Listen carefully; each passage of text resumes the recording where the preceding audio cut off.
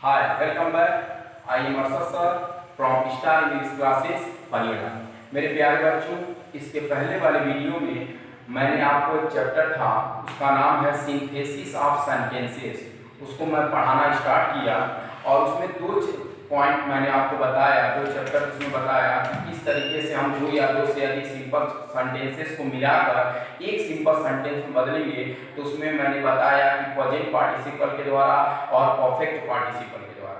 इसके बाद नंबर आता है कि पास्ट पार्टिसिपल के द्वारा कैसे हम दिए गए दो या दो से अधिक सिंपल सेंटेंसेस को मिलाकर एक सिंपल सेंटेंस का निर्माण करते हैं, उसके लिए देखिए। तो सबसे पहले हमें ये देखना है कि पास्ट पार्टिसिपल होता क्या है। पास्ट पार्टिसिपल होता क्या, किसे हम पास्ट पार्टिसिपल कहते हैं। तो इसका डिफिनीशन और इसका फॉर्मेशन ये होता है कि क्रिया के उस रूप को हम पास्ट पार्टिसिपल कहते हैं जिसके अंत में ईडी या ईएन या टी लगा रहता है। इसका होगा कि क्रिया के उस रूप को हम पास्ट पार्टिसिपल कहते हैं। पास्ट पार्टिसिपल कहते हैं जिसके अंत में ईडी या ईएन या टी लगा रहता है।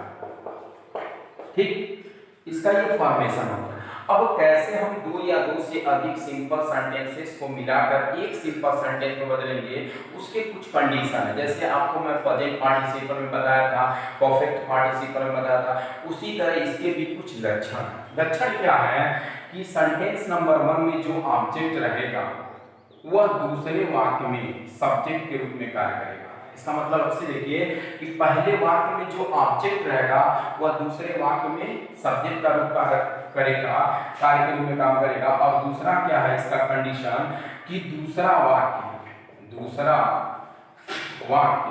पैसिव वॉइस में होगा। दूसरा वाक्य पैसिव वॉइस में होगा। इसमें क्या है, पहले वाक्य का ऑब्जेक्ट दूसरे वाक्य का सब्जेक्ट बनेगा और दूसरा वाक्य जो होगा वह पैसिव वॉइस में होगा। अब कैसे करते हैं, इसका निर्माण कैसे करते हैं उसको देखिए। जैसे मान लीजिए यहाँ पर हुआ कि आई सी अ स्नेक, उसके बाद the snake is killed. The snake is killed. यहाँ पर इज भी लगा सकते हैं, अगर चाहें तो ऐसे भी कर सकते हैं कि इट इज किल्ड। तो I see a snake, the snake is killed. इसको जब हम सिंपल सेंटेंस में बदलेंगे तो सबसे पहले देखिए कंडीशन क्या है कि पहले वाक्य का ऑब्जेक्ट दूसरे वाक्य का क्या बनता है, सब्जेक्ट बनता है। तो पहले वाक्य का ऑब्जेक्ट क्या है, अ स्नेक है। अब यही अ स्नेक दूसरे वाक्य में सब्जेक्ट के रूप में कार्य करता है और यहाँ पर हम इट का भी प्रयोग कर सकते हैं। इसलिए मैं पहले लिखा इसको समझाने के लिए, तो इट इज किल्ड ऐसे लगा सकते हैं। ठीक, और कोई लोग ये कहते हैं कि इट जो है वह नॉन लिविंग थिंग्स के लिए लगा है, तो ये सरासर गलत है। क्योंकि अगर हम कहें कि यह एक पुस्तक है तो दिस इज अ बुक बोलते हैं, इट इज अ बुक नहीं बोलते हैं। तो ये डिफिनीशन सरासर गलत है। तो आप यहाँ इट का प्रयोग लगा सकते हैं, कोई जरूरी नहीं है कि नॉन लिविंग थिंग्स के ही लिए लगे। तो I see a snake, the snake is killed. अब देखेंगे पहले वाक्य का जो ऑब्जेक्ट है वह दूसरे वाक्य में सब्जेक्ट का कार्य कर रहा है और दूसरा वाक्य जो है वह क्या है, पैसिव वॉइस में है। ठीक, अब यहाँ पर इसका निर्माण कैसे करेंगे कि ये जो नाउन है, ठीक, और स्नेक उसमें जो एडजेक्टिव है, जैसे मान लीजिए किल्ड है और ये एडजेक्टिव भी है, ये पास्ट पार्टिसिपल भी है, तो इस एडजेक्टिव को साथ क्या हमारा हुआ, इस एडजेक्टिव को साथ ये जो अ स्नेक है उसके पहले लिखें। एक बार और सुने कि कैसे हम इसका निर्माण करेंगे, दो या दो से अधिक सिंपल सेंटेंसेस को पास्ट पार्टिसिपल के द्वारा कैसे निर्माण करेंगे। कंडीशन मैंने बता दिया। अब निर्माण कैसे करना है कि पहले वाक्य के ऑब्जेक्ट जो है वह दूसरे वाक्य का सब्जेक्ट है, यहाँ लक्षण मिल गया, दूसरा वाक्य पैसिव वॉइस में है। तो हमें क्या करना है कि जो पहले वाक्य में नाउन है और दूसरे वाक्य में जो प्रयुक्त हमारा पास्ट पार्टिसिपल है उसको उस नाउन से पहले ला कर रखेंगे। यहाँ हो जाएगा I see a killed snake, I see a killed snake. ठीक, दूसरा वाक्य देखेंगे, जैसे I had a coat, I had a coat, the coat, या यहाँ लिखेंगे it was torn, I had a coat, it was torn। तो यहाँ पर देखेंगे पहले वाक्य का जो ऑब्जेक्ट है, यहाँ अ कोट है, वह दूसरे वाक्य में सब्जेक्ट के रूप में काम कर रहा है। यहाँ जो ऑब्जेक्ट है वह दूसरे वाक्य में सब्जेक्ट के रूप में काम कर रहा है, और ये यहाँ पर क्या पैसिव वॉइस में। तो इसको जब हम सिंपल सेंटेंस में बदलेंगे, सिंपल सेंटेंस में, तो यहाँ जो पहले वाक्य में नाउन है, तो दूसरे वाक्य में जो प्रयुक्त यहाँ पर पास्ट पार्टिसिपल, उसको उस नाउन से पहले लिखेंगे।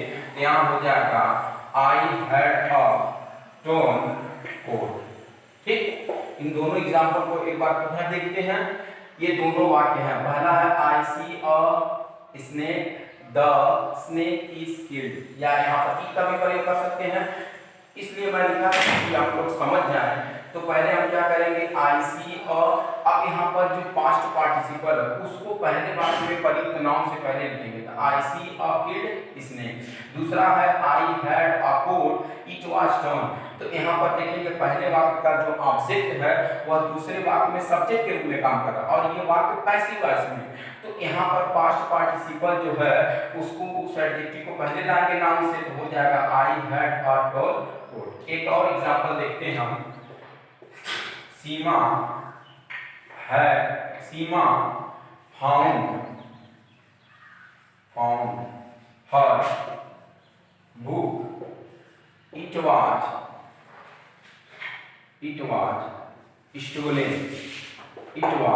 स्टोलन।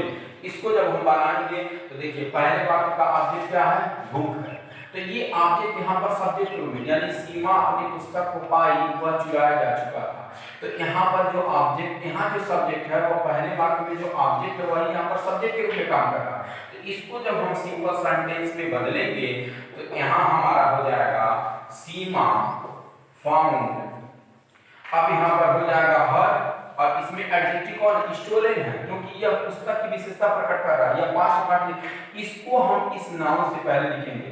तो सीमा फाउंड हर स्टोलन बुक। तो ये होगा पास्ट पार्टिसिपल के द्वारा सिंपल सेंटेंस का निर्माण। ठीक, तो इसको आप लोग एग्जांपल के द्वारा रिवीजन करते रहेंगे और पढ़ते रहेंगे।